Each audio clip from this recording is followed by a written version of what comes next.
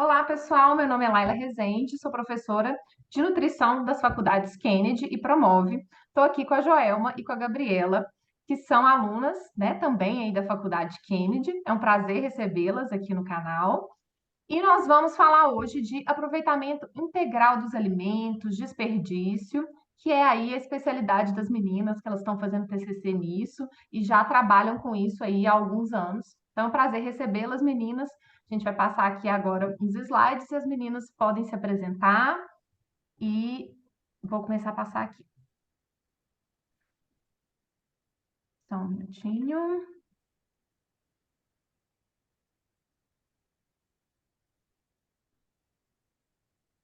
Olá, boa tarde a todos. Como a Laila já disse, nós somos estudantes do curso de nutrição da Faculdade Kennedy. Atualmente nós estamos no 7º período e hoje a gente vai falar um pouquinho sobre as formas e os benefícios de utilizar o aproveitamento integral de alimentos.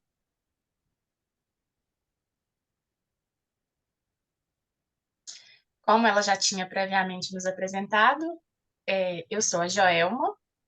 A Gabi é a minha colega, que vai dar continuidade na apresentação posteriormente. E nosso interesse por esse tema começou lá por volta do 3º ou 4º período, e desde então a gente tem trabalhado bastante com esse assunto, e o nosso tema de TCC também vai ser sobre esse tema, porque desde o começo foi um tema que chamou bastante nossa atenção, tanto pela questão da nutrição em si, como também pela questão da sustentabilidade relacionada a essa prática. E hoje a gente vai falar um pouquinho mais sobre o assunto para vocês. Então, o que é o aproveitamento integral de alimentos? Nós temos como conhecimento que essa técnica ela visa a utilização total do alimento. Mas o que é isso? Muitas vezes nós vemos que as pessoas costumam descartar as folhas, as cascas, os talos e as sementes dos alimentos. Essas partes são chamadas de partes não convencionais dos alimentos e por essa razão elas costumam ser jogadas fora nas residências, nos sacolões, em alguns casos até mesmo nas plantações, como é o caso, por exemplo, de folhas de beterraba e cenoura.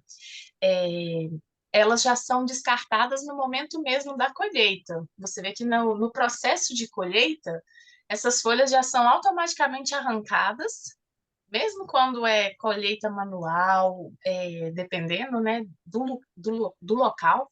Se não é uma produção voltada mais para esse lado da sustentabilidade, essas folhas vão acabar sendo jogadas fora. E quando a colheita é realizada com maquinário também, essa separação já é feita de forma automática. Então, o cliente não tem nem a chance de poder adquirir esse produto. Muitas vezes a gente nem conhece uma folha de beterraba. Eu fui ver uma folha de beterraba pela primeira vez quando eu já estava na faculdade, já tinha começado a tomar tema, já tinha começado a tomar conhecimento sobre o tema, né? E esse problema vamos dizer que é grave, né? Porque essas partes desses alimentos, elas têm muitos nutrientes também, às vezes até mais do que nas partes convencionais que a gente costuma usar. E também tem a questão ambiental, que o descarte às vezes ocorre de maneira inadequada, acaba poluindo o ambiente. A gente vai focar um pouquinho mais nisso nos próximos slides. Então, por isso que que esse tema é importante de ser trabalhado e é importante mostrar, né, os benefícios dessa prática para a população de modo geral.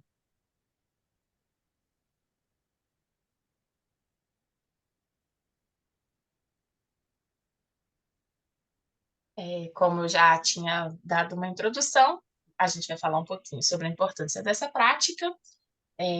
Vamos estar dando começo agora, nos próximos slides. Pode passar. E aqui, para começar, nós temos alguns números, né, do desperdício para exemplificar mesmo o quanto que essa prática é prejudicial e o quanto que o aproveitamento pode ser benéfico, tanto para os produtores, quanto para os comerciantes, para os consumidores. E um dado, o primeiro aí que a gente traz, é da FAO, que demonstra que 17% dos alimentos produzidos no mundo no ano de 2019 foram desperdiçados. O que é esse desperdício? São os alimentos que se perdem no transporte entre o campo e o comércio, é, os alimentos que estragam, às vezes, no comércio, ou às vezes aqueles que nem estão estragados, né? Mas que, às vezes, por um pequeno defeito, são jogados fora porque não vão atender o padrão de consumo daquele local. Por exemplo, supermercados de bairros mais nobres, por exemplo, têm o costume de ter um padrão para as frutas. Então, toda fruta que foge daquele padrão, ela corre um grande risco de ser descartada. E não é padrão de qualidade. Às vezes porque está com uma manchinha, um amassadinho, coisas assim que não vão prejudicar a qualidade nutricional do alimento, mas que prejudicam a aparência. E por esse motivo são descartados como se não pudessem ser usados. Nesse slide, a gente tem aí a representação desse número do desperdício, dos 17%. São 931 milhões de toneladas de alimentos que foram desperdiçados.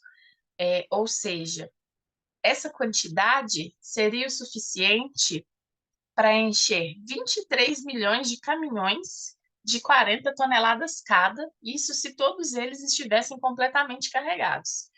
Então, vamos pensar, né? Um caminhão de 40 toneladas de alimento já é tanta coisa, então imagine 23 milhões de caminhões. É muito alimento que vai parar no lixo e que poderia servir para alimentar muitas pessoas. Ainda mais quando a gente pensa na questão da insegurança alimentar e nutricional que a gente está vivendo, não só no nosso país, mas também em vários países ao redor do mundo. Então, essa situação é muito preocupante. Pode passar. Nessa imagem, nós temos um exemplo, né, de como ocorre o desperdício dos números, o que vai parar no lixo, o que realmente chega na mesa da população. E aqui temos que 33% dos alimentos, em média, são perdidos ou desperdiçados. Ou seja, é muita coisa. E além da questão do alimento em si, a gente tem também o desgaste ambiental que é necessário para produzir esses alimentos, porque você gasta os nutrientes do solo, você gasta água, é, você gasta combustível para transportar o alimento do campo até a cidade. Então, quanto mais você aprofunda nessa questão do desperdício, você vê que a situação é ainda mais grave do que aparenta ser superficialmente. Nessa imagem aqui, nós temos que 21 mil quilômetros quadrados de matas são desmatados por ano, isso só no Brasil, para a produção de alimentos. Então, quando a gente pensa nisso numa escala global, você vê que é muita coisa mesmo.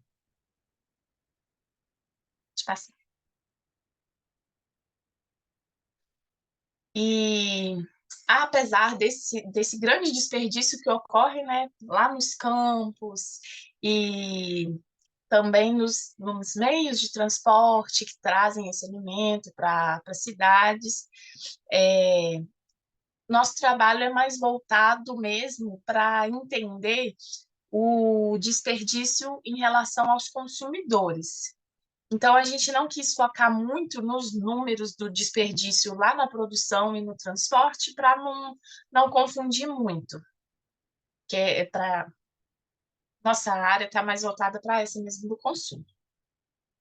E aí a gente tem aqui que os dados do desperdício são de 11% do número de alimentos desperdiçados são descartados nas residências. 5% são nos serviços de alimentação, como os restaurantes, e 2% do descarte ocorre nos estabelecimentos de varejo. Isso se torna mais preocupante também, porque às vezes a gente tem a ideia de que o desperdício maior ocorre num supermercado, num restaurante, e não, a gente não percebe que dentro da nossa casa a gente pode fazer muito mais do que a gente faz com o alimento. Porque as perdas em restaurantes, por exemplo, são às vezes as sobras que não podem mais ser aproveitadas, que já foram para a mesa ou já foram para o buffet, então não podem ser mais servidas. Nos estabelecimentos de varejo, são às vezes alimentos que chegam, naqueles casos, de alimentos fora do padrão, ou alimentos que não podem realmente ser disponibilizados. Só que na nossa casa vai muito além disso, porque às vezes o alimento não está nem estragado, mas uma casca que você joga fora, sendo que ela poderia ser aproveitada, já pode ser considerado desperdício. A casca da banana, por exemplo. Nos próximos slides a gente vai ver um pouquinho sobre a disponibilidade de nutrientes, mas a quantidade de potássio presente na casca da banana é igual ou maior do que a quantidade presente na própria banana em si. E o que a gente faz com a casca? A gente come a fruta e joga a casca fora, sendo que, na verdade, essa casca poderia ser aproveitada em várias receitas e levar esse nutriente para o consumidor, para quem está ali cozinhando, e não geraria esse desperdício.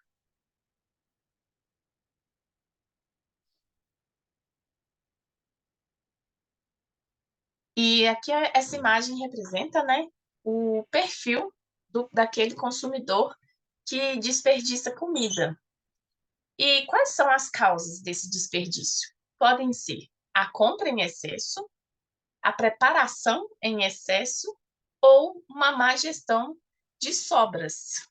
A compra em excesso pode acontecer devido a uma grande publicidade que há em cima dos alimentos, também pode acontecer por falta de planejamento. Por exemplo, você vai ao supermercado sem fazer uma lista, às vezes a sua última refeição foi num horário um pouquinho mais distante, já está ali com aquela fome, então você sai comprando tudo que você vê pela frente e acaba depois nem consumindo e acaba indo parar no lixo. A preparação em excesso. Aqui no Brasil a gente tem, vamos dizer, uma mania, né? Que sempre que a gente vai receber alguém em casa, a gente fala, eu tenho que fazer um café, tenho que fazer um almoço, e a gente não sabe fazer pouco, que tem aquela coisa, né, de que muita comida significa fartura, às vezes por questões mesmo de querer demonstrar que tem uma condição financeira melhor, aí acaba se preparando comida em excesso, que depois não vai ser consumida em sua totalidade e acaba indo parar também no lixo.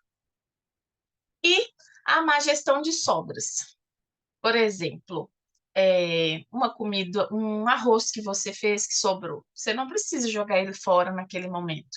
Você pode aproveitar ele em uma outra receita depois, pode congelar ele para consumir em outro dia, mas muitas pessoas não fazem, acabam não fazendo isso. Então, a comida que sobra é lixo. E isso aí também é prejudicial, no mesmo sentido.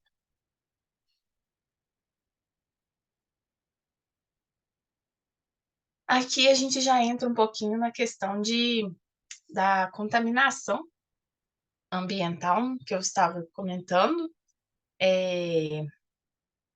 Muitas cidades a gente sabe que não possuem locais adequados, né, para o destino do lixo. Algumas cidades do Brasil ainda têm lixões. Essa situação nos aterros sanitários já é preocupante, mas no caso do lixão é mais ainda, porque no aterro você ainda tem ali um cuidado, uma preparação do solo, e no lixão o alimento não, o lixo em geral, né, é simplesmente descartado, e aí a decomposição dele vai gerar tanto gases tóxicos, como o metano, como também o chorume, que vai adentrar o solo, contaminar não só o solo, mas também atingir os lençóis de água e contaminar a água também.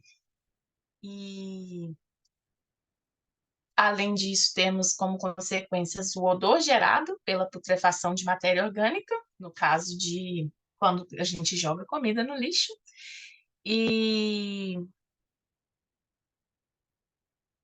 e acaba se contaminando o solo e a água. Meninas, o Zoom, ele corta aqui, que a gente já estava antes aqui na reunião. Acho que a gente vai ter que fazer uma parada, uma pausa para depois a gente voltar. A gente pode fazer aqui, vou falar com o pessoal. A gente vai fazer uma pequena pausa e daqui a pouquinho a gente volta no próximo vídeo, tá? Não percam o segundo vídeo que a gente vai falar agora sobre os benefícios das frutas, verduras, legumes, o que que a gente pode aproveitar, e a gente não pode aproveitar. As meninas vão falar tudo sobre isso. Agora, como introdução, e no próximo vídeo a gente volta.